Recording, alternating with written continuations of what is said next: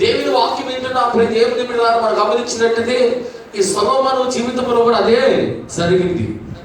తను నడుస్తున్న ఆ మార్గము అది ఎటువంటి మార్గం అంటే గొప్ప మార్గంలో నడిచిన ఈయన, మహాజ్ఞాని అయిన ఈయన చివరికి ఆ యొక్క అన్ని దేవతలను అనుసరించి నడిచాడంట. దేవునికి స్తోత్రం. ఎందుకని వాళ్ళతో స్నేహం అండి. ఎవరితో స్నేహం? వాళ్ళ వద్దని దేవుడు చెప్తే వాళ్ళతో స్నేహం బాగుంటుందా? దేవుడు చెప్పిన మాటను ఆయన ఏం చేశారంటే అది నిర్లక్ష్యం చేసినట్లుగా మనం కనుక్కుంటున్నాం. దేవునికి స్తోత్రం. చెప్పండి హల్లెలూయా, చెప్పండి హల్లెలూయా. చూడండి దేవుని వాక్యాన్ని మనం చూద్దాం. 9వ వచనం చూడండి, 11:9 మొదటి రాజుల గ్రంథం.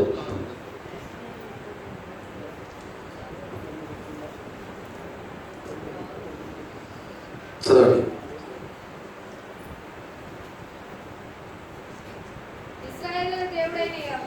ఇశ్రాయేలు దేవుడైన యెహోవా అతనికి 2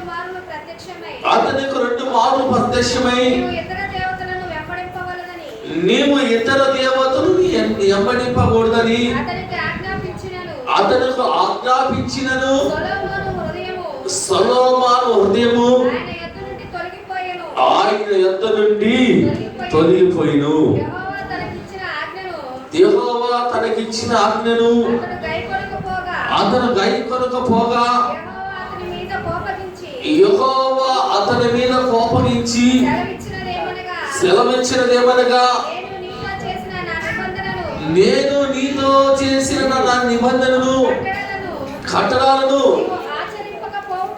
నువ్వు వాటిని ఆచరించలేదు కనుక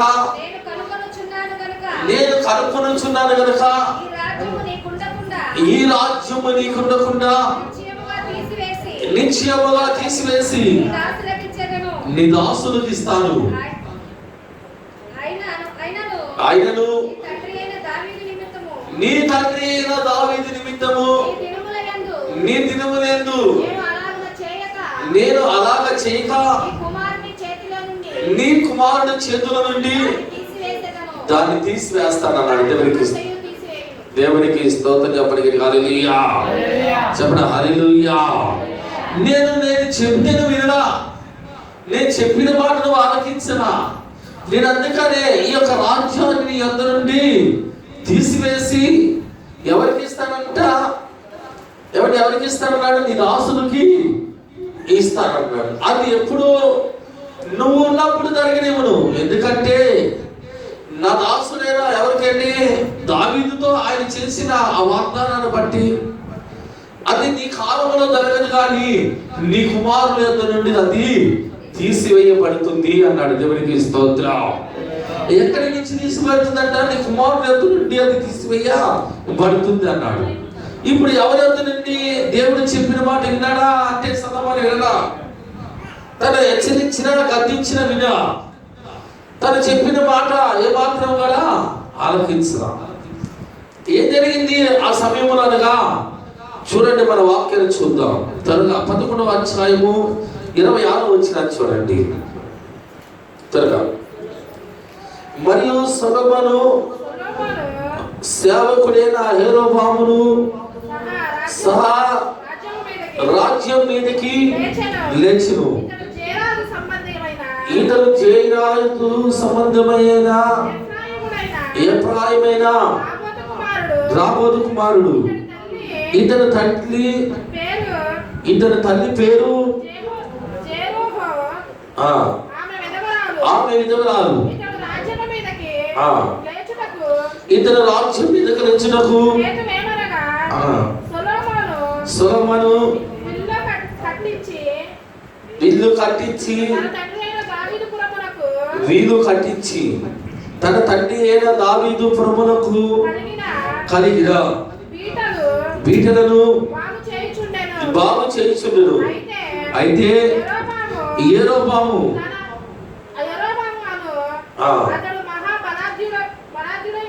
ఈ యెరోబాము ఎవరంట? మహా బలాఢ్యుడై ఉండగా ఎవడు ఇతడు ఏం కలిగిన వాడట? పని యందు శ్రద్ధ కలిగిన వాడై సొలొమోను తెలుసుకొని ఏసావు సంతతి వారు చేయవలసిన భారమైన పని మీద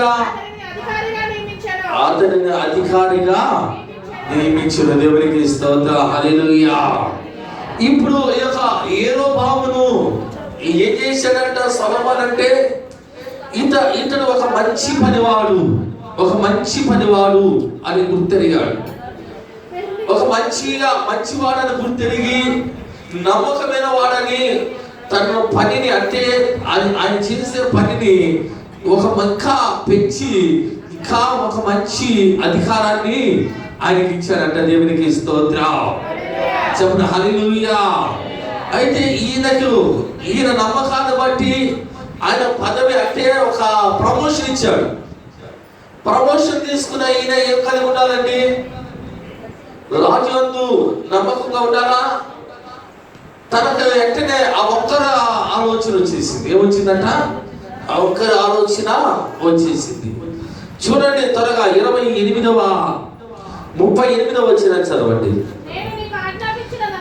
నేను నీకు ఆజ్ఞాపించినదంతయు నీవు విని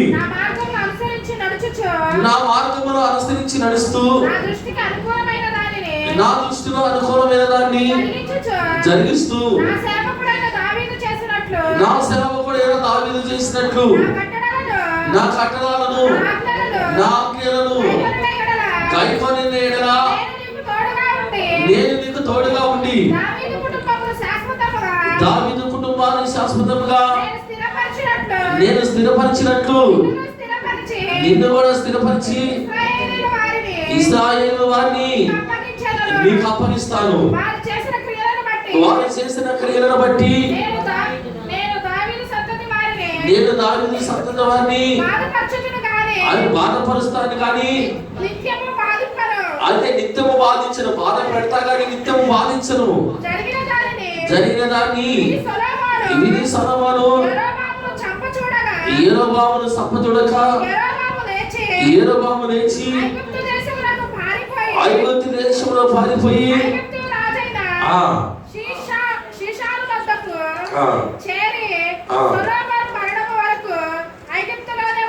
దేవునికి స్తోత్రం. హల్లెలూయా.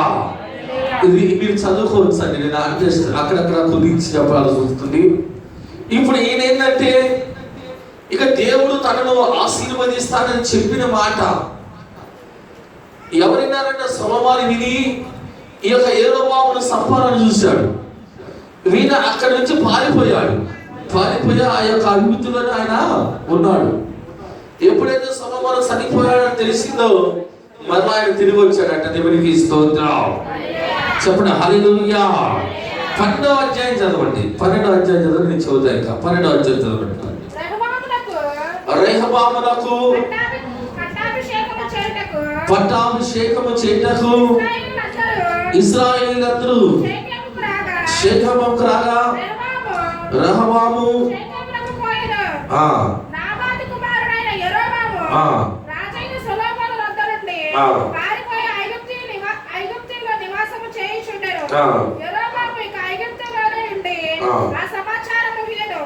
దేవునికి స్తోత్రం. చెప్పండి హల్లెలూయా.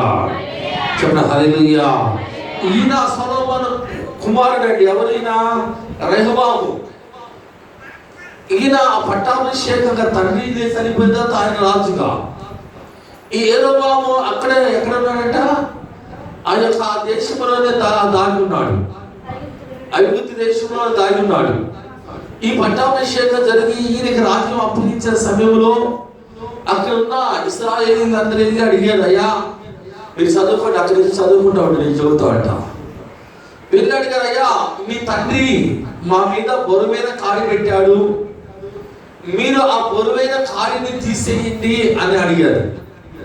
అడిగినప్పుడు ఈయన అన్నాడు, రెహబాము అన్నాడు, సొలొమోను కుమారుడు అన్నాడు, సరే మీరు వెళ్ళండి, 3 రోజులు ఆగిన తర్వాత నా కాడికి రాండి అని చెప్పాడు. వీళ్ళు వెళ్ళిన తర్వాత సొలొమోనుతో కలిసి ఉన్న ఆనాడు ఆయనకి సలహాదారులుగా లేదా ఆ రోజు ఉన్న ఆ యొక్క ఆయనకి దగ్గరగా ఉండి ఆయన పక్కన ఉన్న వారిని ఆయనకి సలహా ఇచ్చి ఆనాటి వారిని పిలిచి నాన్న ఇలాగ చేశాడట, మరి వాళ్ళేమో మీరు ఈ కాడిని మా మీద నుంచి తొలగిస్తే మేము జీవితాంతం కూడా మీకు రుణపడి ఉంటామంటున్నారు. ఇదిగో మేము సేవకులుగా మేము ఉంటామయ్యా, కాడిని తొలగించమంటున్నారు. దీని గురించి మీకు బాగా తెలుసు. నేనంటే చిన్నోడు గనక, నాన్నతో మీరు ఉన్నారు గనక ఏం చేయాలి అని అడిగాడండి. వెంటనే వాళ్ళు అన్నారు, ఆ కాడిని నువ్వు తొలగించయ్యా, ఆ కాడిని తొలగిస్తే వాళ్ళు నీకు దాసులుగా ఉంటారు గనక ఇక వాళ్ళు ఎన్నడూ కూడా నిన్ను దాటిపోరు గనక నువ్వు ఆ పని చేయమన్నాడండి. వెంటనే వాళ్ళు వెళ్ళిన తర్వాత ఈయనకు మరలా ఇంకొక ఆలోచన వచ్చింది. వీళ్ళు సలహా కాదు, నాతోటి కుర్రోళ్ళు ఎంతట నాతోటి యవనస్తుల్ని కనుక్కున్నాని ఆయన వయసు గల వారిని అందరినీ పిలిచి మరి మా నాన్న ఇలాగ కాడి మోపాడంటే ఇలాగ జరిగింది, ఇలాగ వచ్చారు వాళ్ళు, మరి ఏం చేయాలన్నప్పుడు వాళ్ళు అన్నారంటే ఇంకా ఆ కాడిని బరువుగా చేయమన్నారంట. ఏం చేయమన్నారంట?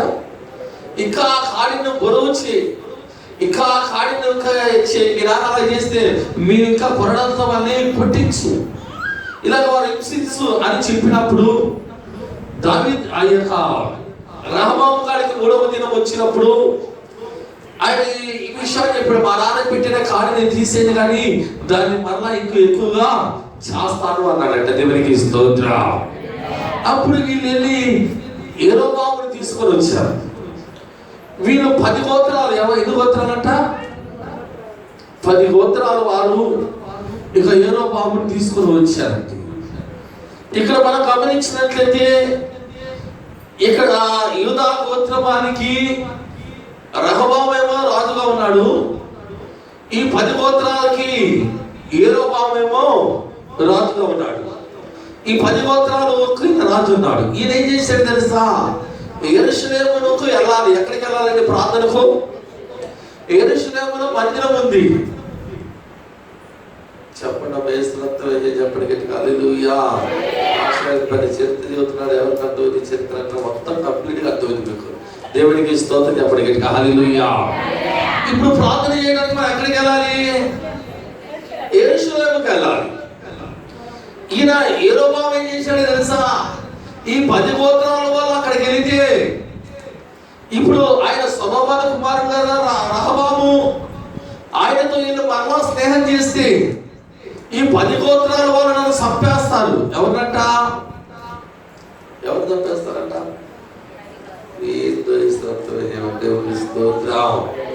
చెప్పండి హల్లెలూయా. ఎవరు చంపుతారంట? యెరోబామును. అంటే ఈయనను చంపేస్తారు, నన్ను చంపుతారు కనుక వీళ్ళు ఎక్కడికి వెళ్ళకూడదు? యెరూషలేములో ఉన్న ఆ ప్రార్థనా మందిరానికి వెళ్ళకూడదు. చూడండి, తనను దేవుడు ఏ స్థాయికి తీసుకొచ్చాడు. తన ఆలోచన చూడండి, దేవునికి వ్యతిరేకంగా తన ఆలోచన ఎలాగుందంటే సామాన్యమైన ఆలోచన. దేవుడు 10 గోత్రాలకు రాజులు చేసిన, తన స్థితిగతులు మార్చిన, తన ఒక్కరు బుద్ధి పోయిందా? ఈరోజు చాలా మంది ఒక్కరు బుద్ధులు మారట్లేదండి, మారం. ఇక్కడ రాజైనా ఈ యొక్క యెరోబాము కూడా తన ఒక్కరు బుద్ధి ఏం చేశాడు తెలుసా? ఆ యొక్క యెరూషలేము వెళ్ళకుండా చూడండి మీరు త్వరగా మొదటి రాజుల గ్రంథము 12వ అధ్యాయము 28వ వచనాన్ని చూడండి. 26 కాల్చి చదవండి, మీకు అర్థమైంది. ఈ జనులు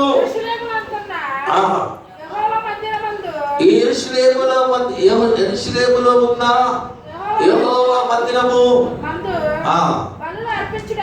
బలులు అర్పించండి. అక్కడికి వెళ్ళినప్పుడు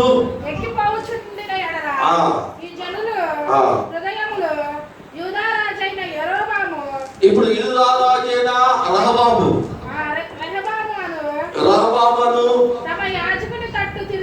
దేవునికి స్తోత్రం చెప్పండి గట్టిగా హల్లెలూయా. ఎవరు తట్టు తిరిగినట్ట? యజమానుడి తట్టు. ఎవరా యజమానుడు? యూదా దేశాన్ని పరిపాలించే రాజు రెహబాము. ఆయన యెరూషలేములోకి వీళ్ళు వెళితే ఏం జరుగుతుందంటే ఇలా మనసు ఆయన వైపు తిరిగింది. పలకలేకుండా కలవకుండా ఉంటారుగా. దావీదు వంశస్థుడు కదా, సొలొమోను కుమారుడు కదా. మరి తన ఆ పితరులు, తన దేవుడు తన పితరులకు ఇచ్చిన వాగ్దానాన్ని బట్టి వీళ్ళు వెళ్ళకుండా ఉండరు. అని ఆలోచన కలిగి వాళ్ళు అక్కడికి వెళ్ళకూడదు అంటే ఏం చేయాలి నేను అని ఏం చేశాడు చూడండి. ఆయన చేసిన పని చూడండి. 18వ వచనం, 28వ వచనం. ఆలోచన చేసి 2 బంగారపు దూడలు చేయించి 18, 28 చదువు.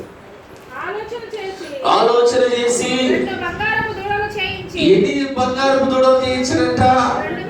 2 బంగారపు దూడలు చేయించి జనులను పిలిచి యెరూషలేముకు పోవుట మీకు కష్టం, మీకు బహు కష్టం. ఇశ్రాయేలులారా, ఐగుప్తు దేశముల నుండి మిమ్మల్ని రప్పించిన మీ దేవుడు ఇవే అని చెప్పి ఒకడు బేతేలునందున ఒకటి దానునందును ఉంచును.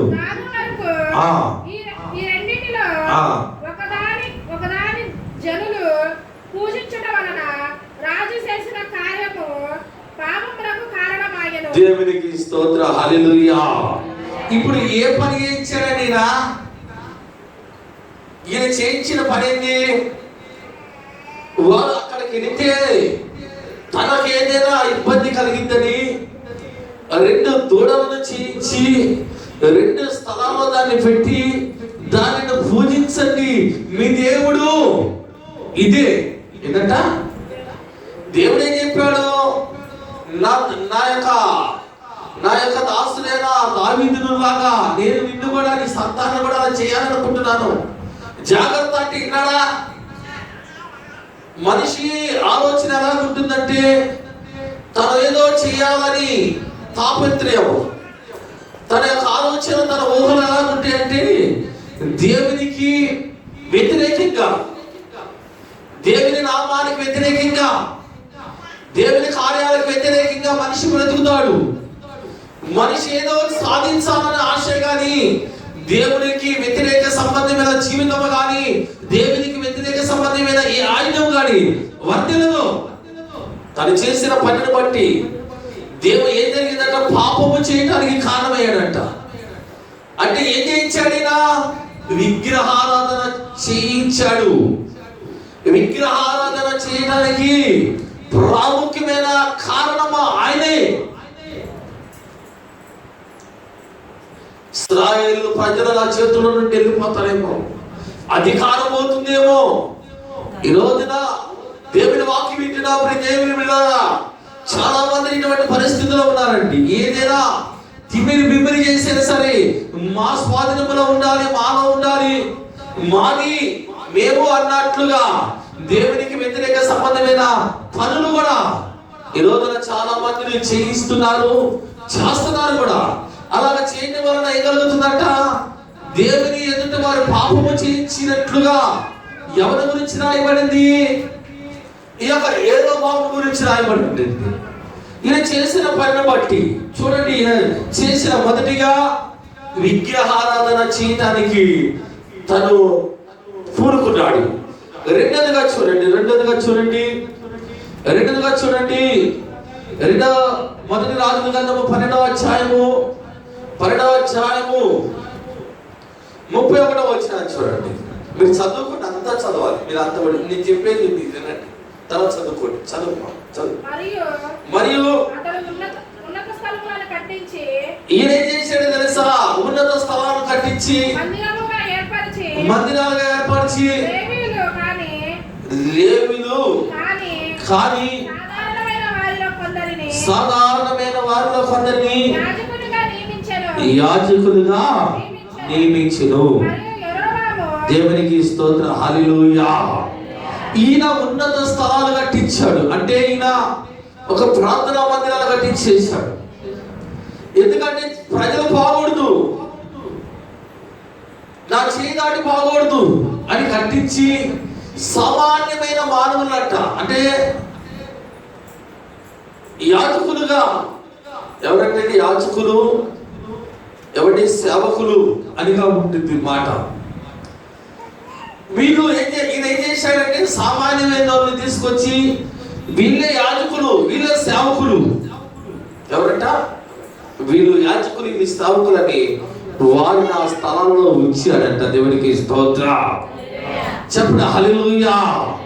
వారికి అర్హత లేదండి, దేవుని మందిరాల్లోనికి రావడానికి అర్హత లేదు, వారు బోధించే అవకాశం లేదు. అటువంటి వారిని తీసుకొచ్చి వాళ్ళ ఆ స్థలంలో ఉంచి వారిని ఆ పని, ఏ పని, యోగ్యత లేని వారు ఎవరంట?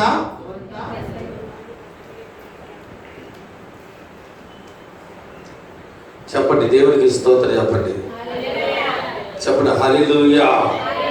చెప్పండి హల్లెలూయా. యోగ్యత లేని వారిని దేవుడు ఎందుకు రావాలి? దేవుడు ఏర్పరచుకోవాలా వాళ్ళని? దేవుడు నియమింపరా? వారు లేవీయులు, యాజకులు. అంటే లేవీయుల కుటుంబం అంటే యాజకులు అంటే దేవుడు ఆరోహణ వంశముల నుండి వారిని యాజకులుగా, అంటే ఒక సేవకులుగా వారిని దేవుడు ప్రతిష్ఠించాడు. అంటే అటువంటి వారు సేవ చేయడానికి యోగ్యులండి. అయితే అటువంటి వారిని కాకుండా సామాన్యమైన మానవాళ్ళని తీసుకొచ్చి వాళ్ళు ఆ ఉన్నత స్థలముల వారిని ఉంచారంట. దేవునికి స్తోత్రం. చెప్పండి హల్లెలూయా. వీళ్ళు చేసిన పని సామాన్యమైన పని? యెరొబాము చేసిన పని సామాన్యమైన పని? తను చేస్తున్న పని అంతా కూడా ఎలా ఉందంటే దేవునికి వ్యతిరేకంగా ఉంది. దేవునికి ఆ పని ఇష్టం కలిగించట్లా. తనను ఎంతగా దేవుడు తనను ఏర్పరిచినా తన ఒక్కరు బుద్ధి పోలా. ఏం పోలా? నాకు బలం ఉంది, నాకు జనం ఉన్నారు, నేను చేసిందే శిరస అయింది అనుకుంటే పైన దేవుడు చూడటలా. తను చేసిన ఆ యొక్క విగ్రహారాధనను బట్టి పాపము ఎవరికి? ఇశ్రాయేలు ప్రజల చేత పాపం చేయించాడండి యెరొబాము. ఆ పాపము చేయించడమే కాదు, రెండవదిగా ఉన్నతమైన స్థలాలు కట్టించాడు. మూడవదిగా అర్హత లేని వారిని, ఎన్నిక లేని వారిని ఆ యొక్క స్థలములో, అంటే ఆ యొక్క స్థలములో సేవకులుగా వాళ్ళు ఉంచాడు. దేవునికి స్తోత్రం. చెప్పండి గట్టిగా హల్లెలూయా. ఇప్పుడు 3 విషయాల్లో వాళ్ళు ఆయన తప్పిపోయాడు. చూడండి తర్వాత చూడండి దేవుడి వాక్యం చూద్దాం. 12వ అధ్యాయము 32వ వచనం చూడండి. 12:32. మరియు యెరొబాము యూదా దేశమందు జరుగు ఉత్సవం వంటి ఉత్సవములను 8వ మాసం 15వ దినమందు జరుపు నిర్ణయించి ఏం చేశాడంటే ఆయన ఇప్పుడు ఈయన చేసిన పని ఏంటంటే 7వ మాసం 15వ దినము అంటే ఒక పర్ణశాల పండుగ దాన్ని ఏర్పాటు చేశాడండి ఆ రోజున. అయితే ఈయన ఏం చేశాడు తెలుసా? 8వ మాసం. ఏ మాసం అంట? 8వ మాసం. అంటే ఈయన ఇష్టానుసారంగా దేవుని యొక్క నియమ ప్రకారంగా, దేవుని యొక్క ఆజ్ఞ ప్రకారంగా ఈయన నడిచాడంటే ఈయన నడవలా. ఈయన ఇష్టానుసారంగా దేవుడు ఊరుకుంటాడు అలా చేస్తే? ఎవడు ఊరుకుంటాడా? చెప్పండి. యేసు రక్తమే చెప్పండి హల్లెలూయా. చెప్పండి హల్లెలూయా. నీ ఇష్టానుసారంగా నువ్వు చేయడానికి వీలుందా?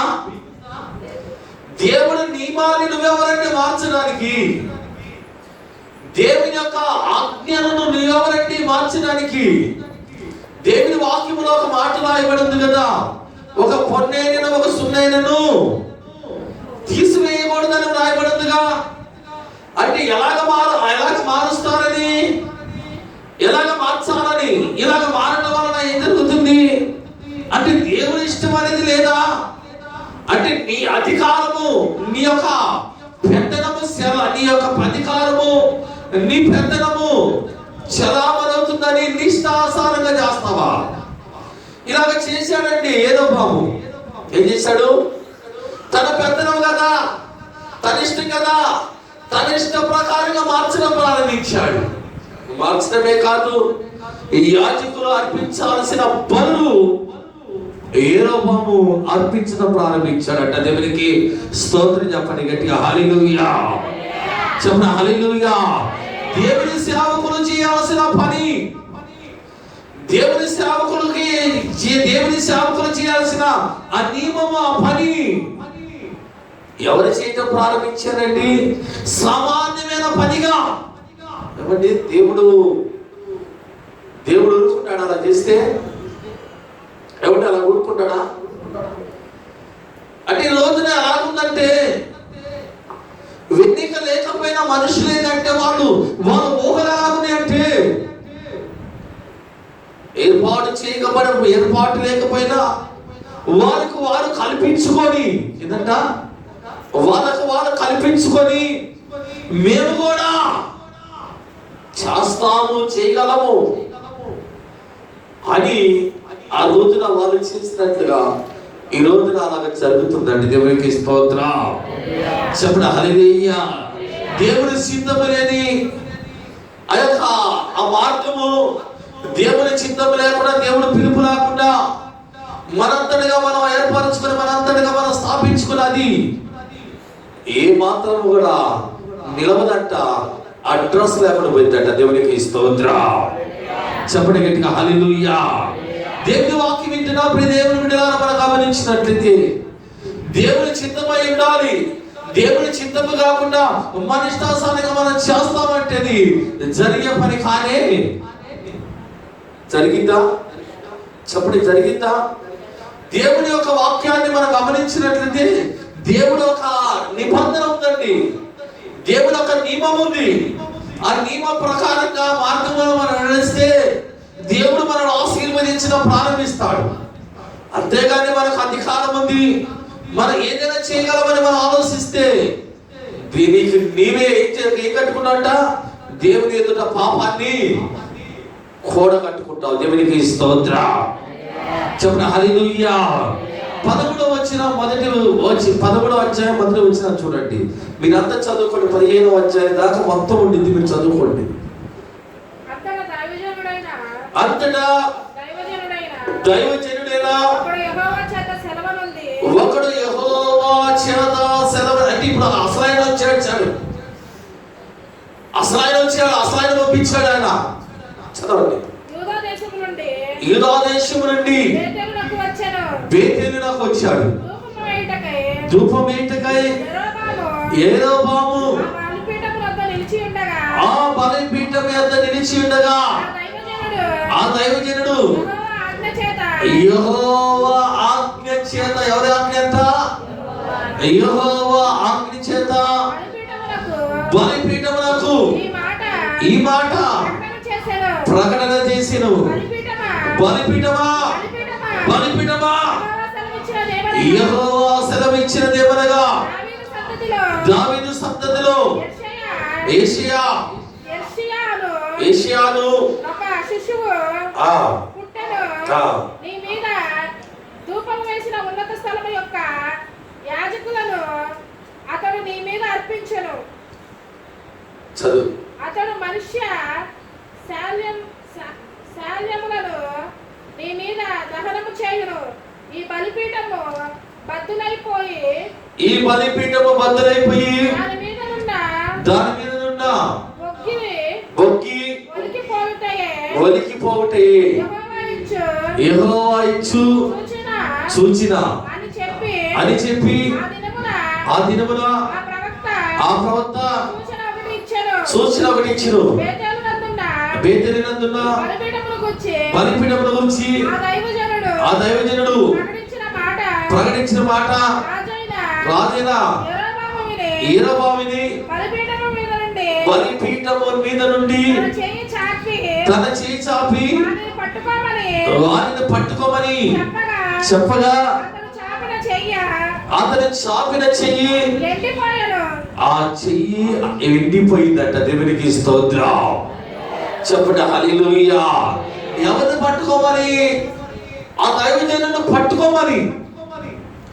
యెహోవా వలన ఆజ్ఞాపించిన మాట ఆయన సెలవిచ్చినప్పుడు ఏం చేస్తున్నాడు? ఆ బలిపీఠం వద్ద ఉన్నాడంటండి. ఆ బలిపీఠం వద్ద ఏమి అర్పించడానికి, బలులు అర్పించడానికి వచ్చాడు. తను చెబుతున్నాడు, ఆ దైవజనుడు చెబుతున్నాడు దేవుని మాట. ఆ మాట చెప్పినప్పుడు ఆయనకి ఎంతో కోపం బాధేసి, ఇదిగో ఆ దైవజనుడు పట్టుకోండి అన్నాడు. ఆ మధ్యన ఆ చెయ్యి ఎండిపోయిందట. దేవునికి స్తోత్రం. చెప్పండి హల్లెలూయా, చెప్పండి హల్లెలూయా, హల్లెలూయా. మనం చాలా చురుకైన వాళ్ళం.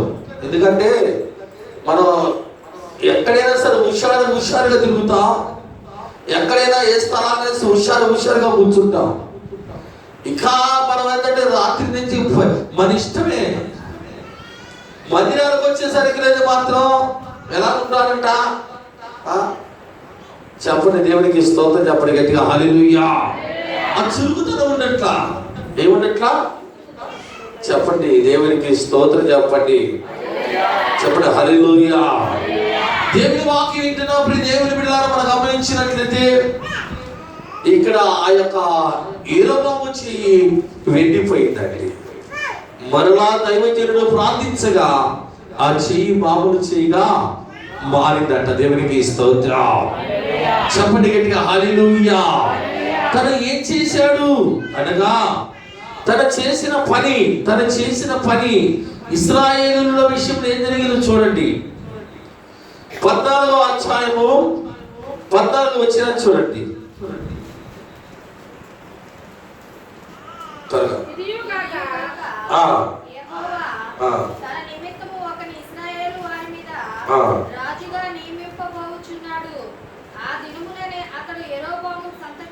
దేవునికి స్తోత్రం, హల్లెలూయా. ఏం చదివా? 14 16 చదువు. మరియు తానే పాపము చేసి ఇశ్రాయేలు వారు పాపము చేయుటకై కారకుడైన ఈ దేనికి కారకుడయ్యాడంట? తన పాపము చేయటే కాదు, ఇశ్రాయేలును కూడా ఏం చేశాడైనా పాపము చేయించాడట. ఎవరైనా యెరొబాము ఏం చేశాడంటే ఆయన ఇప్పుడు బోధించే దైవజనుడు సరైన విధముగా బోధించకపోతే ఎలా ఉంటుందంటే మనుషులు ఒక మార్గము తొలగిపోవడానికి అవకాశం ఉంటుంది. అందుకనే దైవజనుడు గర్దించాలి, బుద్ధి చెప్పాలి, ప్రకటించాలి. దేవునికి స్తోత్రం, చెప్పండి హల్లెలూయా. ఇది చేయకూడదు అని చెబితే మందిరానికి జనాలు రారు, వస్తారా? ఈరోజు చాలా మంది ఇలాగ మనుషుల మీద బ్రతుకుతున్న చాలా మంది ఉన్నారండి. మీరు చేయండి అని చెప్పి వాళ్ళు చేయించడమే కాదు, వాళ్ళు కూడా చేస్తున్నారు. ఇప్పుడు ఏ వాక్యం మనకేం తెలియచేయబడుతుంది? ఇశ్రాయేలు చేత పాపం చేయించడమే కాదు, ఆ పాపం ఈయన కూడా చేశాడంట. ఈ రోజున మన పరిస్థితి ఎలా ఉంది అంటే దైవవాక్యానుసారమైన జీవితాన్ని మనం కలిగి ఉండకుండా మన మార్గాలు తొలగిపోతున్నాయి. చాలా మందిని చెప్పడానికి భయపడుతున్నారండి. భయం. ఎందుకంటే వచ్చిపోతా ఉంటే సాలే, వాళ్ళు ఎలా ఉంటే మాకేలే అన్నట్లు ఉంది ఈ రోజున బోధ. అయితే ఈ రోజున వాక్యం వింటున్న మనకు ప్రాముఖ్యమైన ఆలోచన ఏం కలుగుతుందంటే ఈ యొక్క యెరొబాము చేసిన పని ఆ యొక్క విగ్రహాలను చేయించి ఆ యొక్క ఉన్నత స్థలాన్ని కట్టించి ప్రాముఖ్యముగా సేవకులు కాని వారిని తీసుకొచ్చి సేవకులని వాళ్ళ స్థలంలో ఉండి పని చేయించి సేవ చేయించాడు. తర్వాత తాను బలిపీఠం మీద బలులు అర్పించడానికి వెళ్ళాడు. తను చేసిన ఆ యొక్క ప్రవర్తన అంతా కూడా ఎలాగుందంటే తనను తానుగా తను బలపరచబడాలి, తను ఎదగాలని చూశాడు. కానీ దేవుని సహాయం అంటూ లేకుండా, దేవుని భయం అంటూ లేకుండా, దేవుడు అంటూ తనకు ఇచ్చిన ఆ యొక్క ప్రాముఖ్యమైన దాన్ని విడిచిపెట్టి తన ఇష్టాసారంగా ప్రవర్తించాడంట. దేవునికి స్తోత్రం. చెప్పండి గట్టిగా హల్లెలూయా. చాలా మంది అంటారండి, మనం చెప్పే మాట ఇదిగో మీరు ఇలా చేయకూడదంటే కొంతమందిని అయ్యో అక్కడ అలా చెప్పట్లేదుగా ఈయన ఇలా చెబుతున్నాడే అనిపిస్తుంది. ఇప్పుడు ఎలాగుంది బోధ, ఎలాగుందంటే అర్థమవుతుందా నేను చెప్పే మాట? ఇప్పుడు వాళ్ళు ఏం చేస్తారంటే మనుషులను పక్కకు తప్పి మనుషులను ఒక పక్కని వక్కర మార్గంలోనికి నడిపిస్తున్నారు. వాళ్ళు నడిపిస్తుందే కాకుండా వాళ్ళు నడుస్తున్నారు. అది తప్పు అన్న వాళ్ళ మీద ఏం జరుగుతుందంట? చెప్పండి, ఏం జరిగిందంట? ఆ రోజున అది తప్పు అని చెప్పడానికి వచ్చిన ఆ దైవజనుడు ఏమన్నారండి? పట్టుకోండి. పట్టుకోగలిగారా? అబద్ధం ఒకరోజు అబద్ధం అవుతుందండి, సత్యము. అందుకని ప్రభు అన్నాడు, నేను సత్యాన్ని మీకు బోధిస్తున్నా కదా, నా మాటలు మీరు ఎందుకు ఉండరు, నా మాటలు ఎందుకు వినరు? నేను మీకు నిజమేగా సత్యాన్ని కదా బోధిస్తుంది. అయితే మీరు నా మాటలు వినకపోవడానికి కారణం ఏంటంటే మీరు నాకు సంబంధించిన మనుషులు కాదు. ఎవరండి? మీరు అపవాది సంబంధించిన మనుషులు. మీరు అపవాది సంబంధమైన మనుషులు కనుక మీరు వారి మాటే వింటారు. ఎవరి మాట? ఎవరి మాట అండి? వాడి మాట మీరు వింటారు.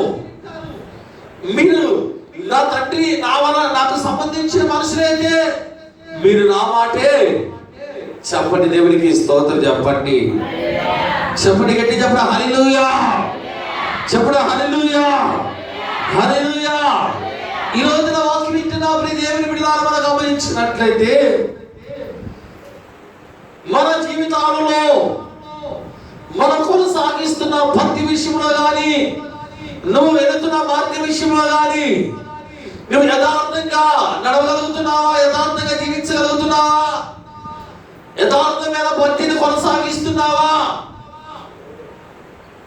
లేని స్థితి. చాలా పరిస్థితులు రాకున్నాయండి, చాలా పరిస్థితులు. ఒక ఆయన వస్తాడు, మాకు దీని కొరకు ప్రార్థన చేయమంటాడు, నేనేమో చేయనంట. ఇంకొక ఆయన కాడికి వెళ్తున్నాడు, ప్రార్థన చేస్తున్నాడు. తప్పు అని నేను అందించినట్లుగా నువ్వు అందించాలిగా. అంటే నువ్వు మంచి, మేము చెప్పండి, నువ్వు మంచి, మేము చెడు. అంటే సత్యాన్ని ప్రకటించడమే అది తప్ప? అంటే తప్పు అన్నది తప్ప? ప్రభు అన్నాడు, ఈ లోక సంబంధమైన ఆచారాలను విడిచిపెట్టండి అన్నాడు. వీళ్ళు అంటున్నారు, ఓ ఇది ఎప్పటి నుంచో వస్తున్న ఆచారాలను దీన్ని చేయండి అంటే ఏ మార్గం అది? ఒక తప్పు మార్గము కాదది. ఒక తప్పుడు మార్గము కాదది. ఇటువంటి మార్గములో నడిచాడండి. ఎవరు నడిచారు? యేరోబాము కూడా ఇటువంటి ఒక్కరి మార్గంలో నడిచాడంట. దేవునికి స్తోత్రం. చెప్పండి గట్టిగా హల్లెలూయా. చెప్పండి హల్లెలూయా. వాక్యం వింటున్నప్పుడు దేవుని బిడ్డలారా, మనం గమనించినట్లయితే తను నష్టపోవడానికి కారణం అయిపోయాడండి. చివరికి దేవుడు అంటాడు, ఒక మాట అంటాడు చూడండి, 15వ అధ్యాయము 4వ వచనం చదవండి త్వరగా. దావీదు పిచ్చుడి అయిన ఉరియా సంగతి తప్ప తన జీవితములన్నీ యెహోవా అంటే దేవుని దృష్టికి యథార్థంగా నడుచుకుంటూ యెహోవా ఆయనకి ఇచ్చిన ఆజ్ఞలను దేని విషయమందును తప్పిపోవుండును గనక దావీదు నిమిత్తము అతని తర్వాత